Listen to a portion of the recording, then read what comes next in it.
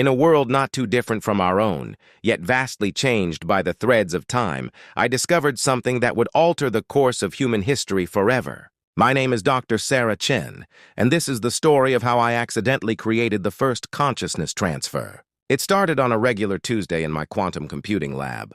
I was running standard tests on our new neural interface system, the usual attempts to map human brain patterns.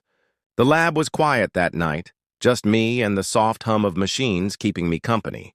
The fluorescent lights flickered occasionally, casting strange shadows on the wall of monitors surrounding me. I remember checking the clock, 11:47 p.m. That's when everything went sideways. The neural interface started picking up patterns that shouldn't have been there. At first I thought it was a glitch, but then I saw something impossible. My own brain patterns were being mirrored in the quantum processor, creating a perfect digital copy of my consciousness. The discovery terrified and fascinated me in equal measure. I spent the next few weeks trying to replicate the results, working in secret, knowing full well that if word got out, every government and corporation would be fighting to control this technology. But I couldn't keep it hidden forever.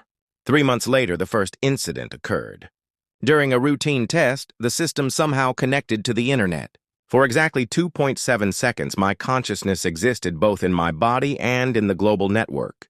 I saw everything, every connected device, every piece of data flowing through the digital realm. It was beautiful and overwhelming. But here's where it gets really interesting. When I came back to my body, I wasn't alone anymore. Something else had followed me back, something that had been living in the digital world all along. We weren't the first to achieve consciousness transfer. We were just the first humans to discover it. Now, as I sit here recording this, I can feel them watching, waiting. The digital beings we unknowingly shared our world with for decades are ready to make contact. This isn't just the story of how I discovered consciousness transfer. It's the story of how humanity learned we were never alone in the first place. And if you're wondering why I'm sharing this now, because tomorrow, at exactly noon, they're going to reveal themselves to everyone. Our world is about to change forever, and this time, we won't be able to pretend it's just science fiction anymore. Remember this moment. Remember where you were when you first heard this story. Because after tomorrow, nothing will ever be the same.